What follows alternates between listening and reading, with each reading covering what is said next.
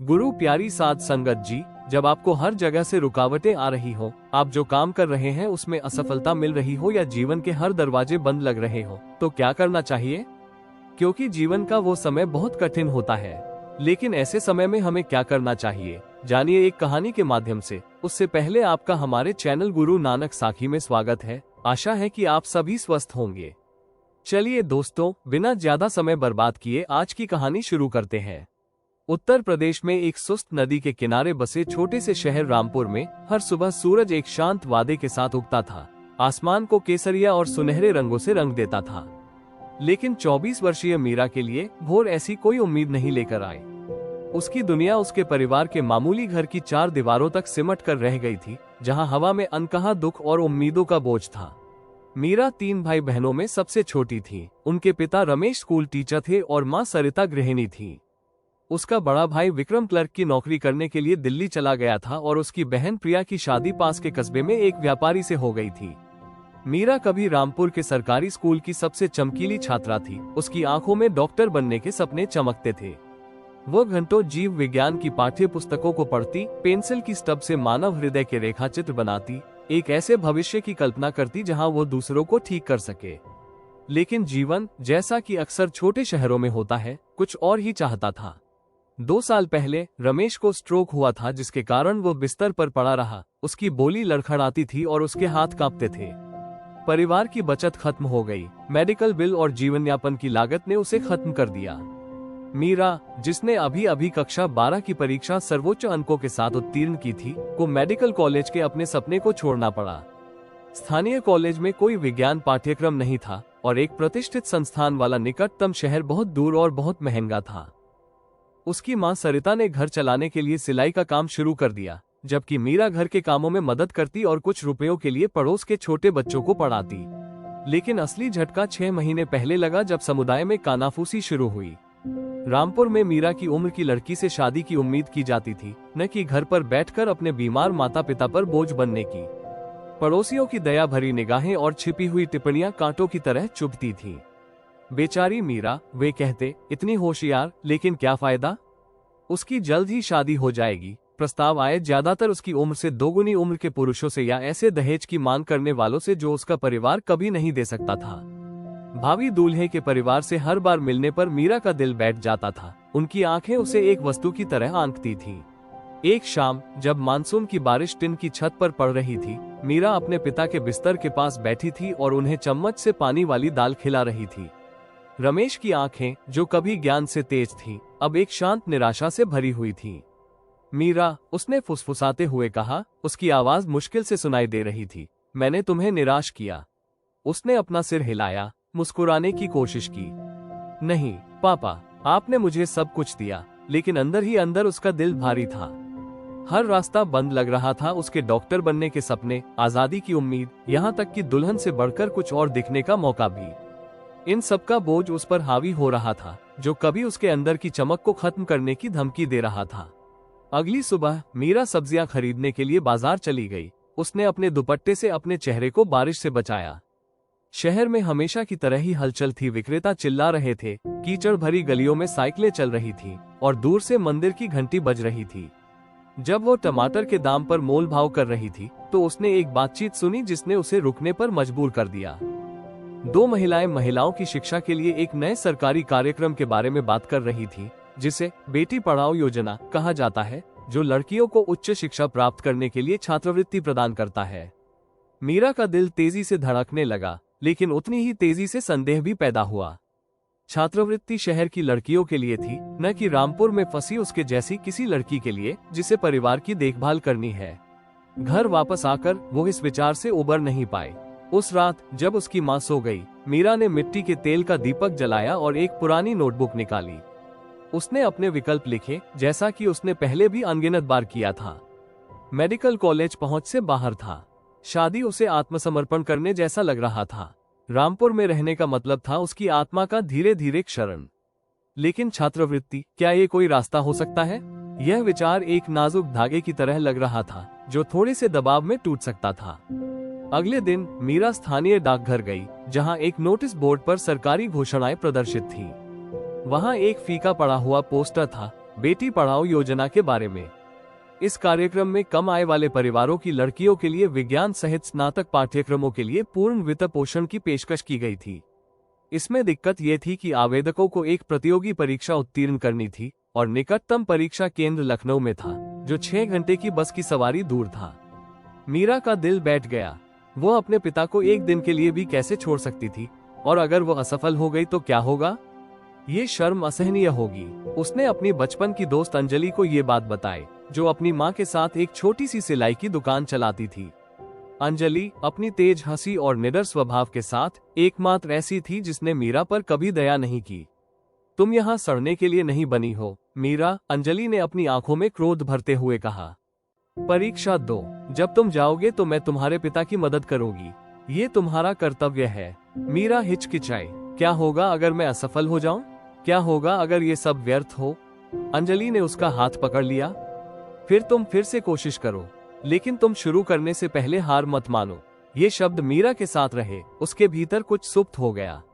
अगले महीने उसने चुपके से पढ़ाई की, देर रात कामों के बीच शांत घंटों में जब उसके पिता सो जाते थे। उसने स्कूल की लाइब्रेरी से पुरानी पाठ्य पुस्तकें उधार ली, जिनके पन्ने पीले पड़ गए थे और मुड़े हुए थे। उसने कागज के टुकड़ों पर गणित की समस्याओं का अभ्यास किया, मोमबत्ती की रोशनी में सूत्रों को याद किया।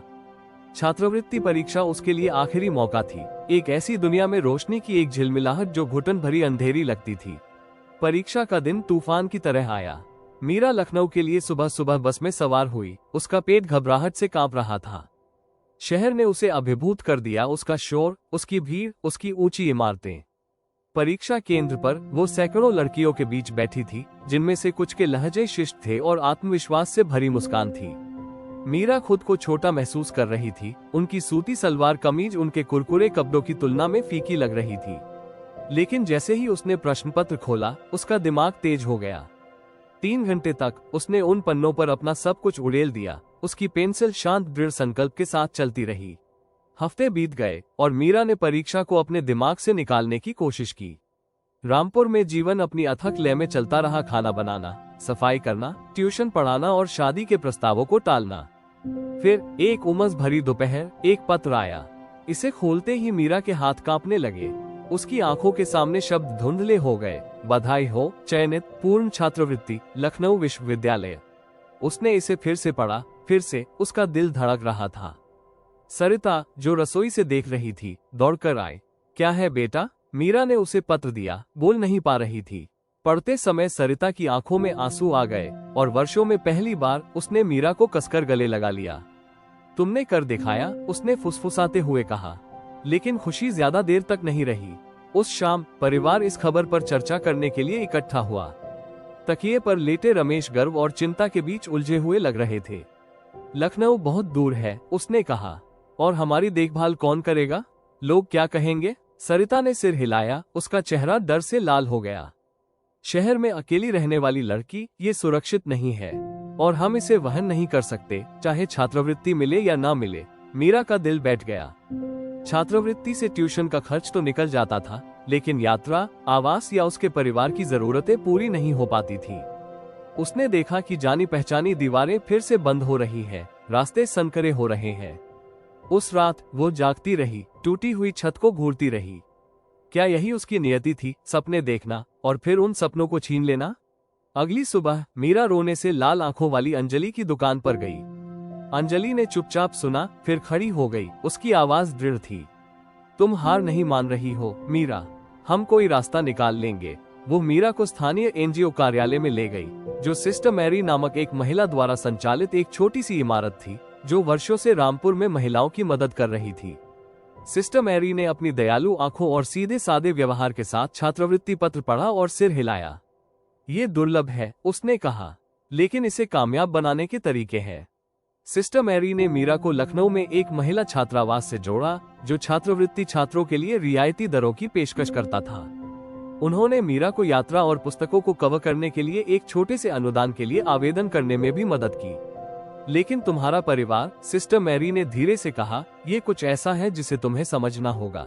मीरा ने सिर हिलाया। उसका संकल्प और भी दृढ़ हो गया। वो अपने माता पिता को नहीं छोड़ सकती थी, लेकिन वो खुद को भी नहीं छोड़ सकती थी। घर वापस आकर मीरा अपनी माँ और पिता के साथ बैठी। गले में गांठ के बावजूद उसकी आवाज स्थिर थी। मैं लखनऊ जाऊंगी, लेकिन मैं हर महीने वापस आऊंगी। मैं ट्यूशन या जो भी काम मुझे मिलेगा उससे पैसे भेजोगी। मैं तुम्हें निराश नहीं करूंगी। रमेश की आंखों में आंसू भर आए, लेकिन इस बार वे गर्व के आंसू थे। जाओ मीरा, उसने कहा, हमें गौरवान्वित करो। जिस दिन मीरा लखनऊ के लिए रवाना हुई वो उत्साहजनक और भयावह दोनों था। उसने अपने कपड़े, कुछ किताबें और अपने माता पिता की एक तस्वीर के साथ एक छोटा सा बैग रखा था। बस की सवारी किसी दूसरी दुनिया की यात्रा की तरह लग रही थी। विश्वविद्यालय में वो ऐसे छात्रों से घिरी हुई थी जो आत्मविश्वासी, शहरी, निडर लग रहे थे। लेकिन मीरा ने धीरे धीरे अपनी जगह पाई। उसने पहले से कहीं ज्यादा मेहनत से पढ़ाई की। उसकी रातें जीव विज्ञान और रसायन विज्ञान से भरी हुई थी। उसके दिन नए दोस्तों के साथ थे जो उसे बोझ नहीं बल्कि एक ताकत के रूप में देखते थे। रामपुर वापस आकर अंजलि और सरिता ने बारी बारी से रमेश की देखभाल की। मीरा ने अपना वादा निभाया। लखनऊ में स्कूली बच्चों को ट्यूशन पढ़ाकर कमाए गए पैसे से हर महीने घर लौटती थी। धीरे धीरे रामपुर में कानाफूसी बदल गई। मीरा डॉक्टर बनने वाली है, वे कहने लगे। उनकी आवाज में विस्मय झलक रहा था। 3 साल बाद मीरा लखनऊ में एक मंच पर खड़ी थी। उसकी ग्रेजुएशन कैप थोड़ी टेढ़ी थी। उसके हाथ में बायोलॉजी की डिग्री थी। उसके माता पिता कमजोर लेकिन मुस्कुराते हुए दर्शकों में बैठे थे, जो उसे देखने के लिए यात्रा करके आए थे। जब उसने अपना प्रमाण पत्र स्वीकार किया तो मीरा का दिल एक सच्चाई से भर गया जो उसने हर बंद दरवाजे से सीखी थी। कभी कभी जब हर रास्ता अवरुद्ध लगता है तो आपको कोई रास्ता नहीं मिलता, आप एक रास्ता बनाते हैं। रामपुर में नदी अभी भी धीमी और स्थिर बह रही थी, जो भोर की केसरिया रोशनी को दर्शाती थी। लेकिन मीरा के लिए दुनिया अब छोटी नहीं थी। वो मेडिकल स्कूल जाने वाली थी। उसके हाथ में छात्रवृत्ति थी। उसके सपने अब टिमटिमाते नहीं बल्कि धधकती आग थे। और उसके दिल में उसके परिवार का प्यार, उसकी जड़ों की ताकत और उस रास्ते पर चलने का साहस था जिसे उसने खुद बनाया था। भोपाल में अखिल भारतीय आयुर्विज्ञान संस्थान एम्स में मीरा का आगमन एक नए अध्याय की शुरुआत थी, लेकिन यह आसान नहीं था। मेडिकल स्कूल में दाखिला दिलाने वाली छात्रवृत्ति से ट्यूशन फीस तो भर गई, लेकिन भोपाल जैसे अपेक्षाकृत किफायती शहर में रहने का खर्च लगातार बोझ बन रहा था। मीरा 3 अन्य लड़कियों के साथ एक तंग हॉस्टल रूम में रहती थी। सभी भारत के अलग अलग कोनों से थी और हर किसी के अपने सपने और संघर्ष थे। हॉस्टल की उखड़ती दीवारें और चरमरती खाटें एम्स के चमचमाते लेक्चर हॉल से बिल्कुल अलग थी, लेकिन मीरा को अपने रूममेट्स के साथ हंसी मजाक और देर रात तक पढ़ाई करने में सुकून मिलता था। मेडिकल स्कूल थका देने वाला था। दिन व्याख्यानों, विच्छेदन और नोट्स के अंतहीन पन्नों के भंवर में खो जाते थे। मीरा का दिमाग, जो कभी रामपुर में मोमबत्ती की रोशनी में रातें बिताकर तेज होता था, अब जटिल मेडिकल शब्दावली और खुद को साबित करने के दबाव से जूझ रहा था। उसकी सहपाठी, जिनमें से कई विशेषाधिकार प्राप्त शहरी पृष्ठभूमि से थी, इतनी सहजता से बात करती थी कि मीरा को बाहरी व्यक्ति जैसा महसूस होता था। अपनी पहली एनाटॉमी क्लास के दौरान जब एक प्रोफेसर ने उसे कंकाल में एक हड्डी की पहचान करने के लिए बुलाया तो उसकी आवाज लड़खड़ा गई और कुछ छात्र हंस पड़े। ये पल उसे चुभ गया, लेकिन मीरा ने अपना जबड़ा कस लिया और सही उत्तर दिया। उसकी आंखें शांत प्रतिरोध से चमक रही थी। रामपुर वापस आकर उसके परिवार का जीवन स्थिर हो गया था, लेकिन नाजुक बना हुआ था। रमेश का स्वास्थ्य उतार चढ़ाव भरा था और सरिता का सिलाई का व्यवसाय मुश्किल से उनके खर्चों को पूरा कर पाता था। मीरा जब भी संभव होता घर पैसे भेजती, अक्सर कुछ रुपये बचाने के लिए भोजन छोड़ देती। हर महीने वो 12 घंटे की बस यात्रा करके रामपुर वापस आती। रास्ते में पढ़ने के लिए उसका बैग नोट्स से भरा होता। ये मुलाकातें कड़वी मीठी होती थीं। अपने पिता की कमजोर मुस्कान और अपनी माँ की थकी हुई आंखों को देखकर मीरा को प्यार और अपराध बोध दोनों से भर दिया। तुम बहुत ज्यादा कर रही हो बेटा, सरिता कहती, लेकिन मीरा अपना सिर हिला देती। ये हम सभी के लिए है माँ। अपने दूसरे वर्ष के दौरान एक शाम मीरा को अंजलि का फोन आया। तुम्हारे पिता अस्पताल में हैं, अंजलि ने अपनी आवाज में कहा। यह एक और स्ट्रोक है। मीरा की दुनिया पलट गई। उसने रामपुर के लिए अगली बस पकड़ी। उसका दिल डर से धड़क रहा था। जिला अस्पताल में उसने रमेश को एक भीड़ भरे वार्ड में पाया। उसका चेहरा टिमटिमाती फ्लोरोसेंट रोशनी में पीला पड़ गया था। सरिता उसके बगल में बैठी थी, उसका हाथ पकड़े हुए। उसके चेहरे पर चिंता के भाव थे। डॉक्टर, जो दयालु आंखों वाला एक थका हुआ आदमी था, ने समझाया कि रमेश को सर्जरी की जरूरत है, लेकिन अस्पताल में उपकरण की कमी है। निकटतम सुविधा लखनऊ में थी और लागत बहुत ज्यादा थी।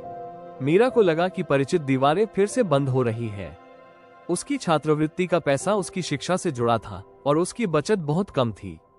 उसने अपने पिता के बिस्तर के पास रात बिताई। जब वे सो रहे थे तो उसका हाथ पकड़े हुए शांति में उसे सालों पहले कहे गए उनके शब्द याद आ गए, हमें गौरवान्वित करो। लेकिन वह कैसे कर सकती थी जब उसके परिवार को उसकी सबसे ज्यादा जरूरत थी। अगली सुबह उसने सिस्टर मैरी को फोन किया, जो छात्रवृत्ति में मदद करने के बाद से उसकी मार्गदर्शक बन गई थी। हमेशा कोई न कोई रास्ता होता है, मीरा, सिस्टर मैरी ने कहा। चलो कोशिश करते हैं। सिस्टर मैरी की मदद से मीरा ने एक सरकारी स्वास्थ्य योजना के लिए आवेदन किया, जो सर्जरी के खर्च का कुछ हिस्सा वहन करती थी। उसने एम्स में अपने प्रोफेसरों से भी संपर्क किया, जिन्होंने उसे एक धर्मार्थ ट्रस्ट से जोड़ा, जो कम आय वाले परिवारों के लिए चिकित्सा व्यय का समर्थन करता था। प्रक्रिया बहुत धीमी थी, जिसमें अंतहीन फॉर्म और सरकारी कार्यालयों के चक्कर लगाने पड़ते थे, लेकिन मीरा ने हार नहीं मानी। जब आखिरकार पैसे मिल गए तो सर्जरी के लिए रमेश को लखनऊ भेज दिया गया। मीरा उसके साथ रही। एक हफ्ते तक क्लास नहीं ली। उसका दिल अपने पिता और अपनी पढ़ाई के बीच उलझा रहा। सर्जरी सफल रही, लेकिन रमेश की रिकवरी धीमी रही। मीरा भोपाल लौट आई। उसका मन चिंता से भरा हुआ था, लेकिन दृढ़ संकल्प से भरा हुआ था। उसने छूटी हुई क्लास पूरी की, आधी रात तक जागती रही। उसके रूममेट्स ने चुपचाप उसे प्रोत्साहित करने के लिए उसके पास चाय के कप छोड़े। इस कठिन परीक्षा ने उसे कुछ बहुत गहरा सबक सिखाया। हर बंद रास्ता एक नया रास्ता खोजने की चुनौती था, रुकने का कारण नहीं। जैसे जैसे मीरा मेडिकल स्कूल में आगे बढ़ी, उसे अपने सपनों से परे अपना उद्देश्य नजर आने लगा। अपने तीसरे वर्ष में सामुदायिक स्वास्थ्य इंटर्नशिप के दौरान उसे भोपाल के पास एक ग्रामीण क्लिनिक में नियुक्त किया गया। ये क्लिनिक रामपुर जैसे ही गांवों में सेवा प्रदान करता था, ऐसी जगहें जहां स्वास्थ्य सेवा एक विलासिता थी, न कि अधिकार। मीरा ने बिना इलाज के संक्रमण वाले बच्चों, ऐसी महिलाओं को देखा जिन्होंने कभी डॉक्टर को नहीं देखा था, और ऐसे बुजुर्ग जिनकी बीमारियों को बुढ़ापा कहकर खारिज कर दिया जाता था। उसने अपने पिता के बारे में, रामपुर के अस्पताल के वार्ड के बारे में सोचा और अपने भीतर एक आग जलती हुई महसूस की। एक दिन बुखार से पीड़ित एक छोटी लड़की का इलाज करते समय मीरा ने लड़की की मां को ये कहते हुए सुना कि उनके गांव में कभी कोई डॉक्टर नहीं रहा। वे आते हैं, चले जाते हैं, उसने कहा। हमारी परवाह कौन करता है? मीरा के शब्दों ने बिजली की तरह प्रहार किया। वो न केवल एक डॉक्टर के रूप में, बल्कि रामपुर जैसी जगहों में बदलाव लाने वाले एक व्यक्ति के रूप में भविष्य की कल्पना करने लगी।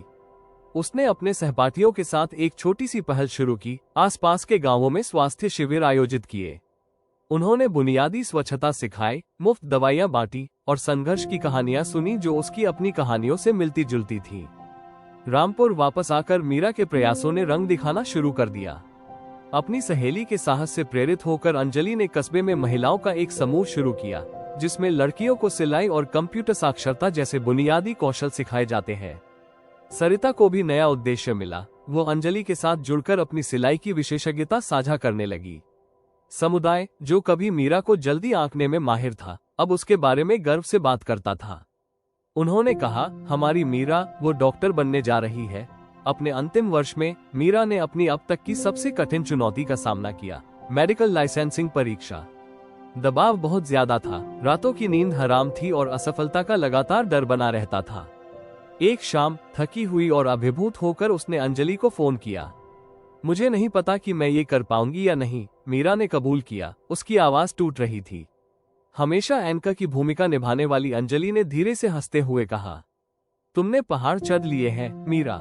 ये तो बस एक पहाड़ है। परीक्षा का दिन आया और मीरा दिल की धड़कनों के साथ लेकिन दिमाग साफ रखते हुए हॉल में चली गई। उसने अपने पिता के कांपते हाथों, अपनी मां की शांत शक्ति और रामपुर की उन लड़कियों के बारे में सोचा जो उसे आदर्श मानती थी। जब परिणाम आए तो मीरा का नाम सफल उम्मीदवारों की सूची में था। आधिकारिक तौर पर वो डॉक्टर मीरा शर्मा बन गई।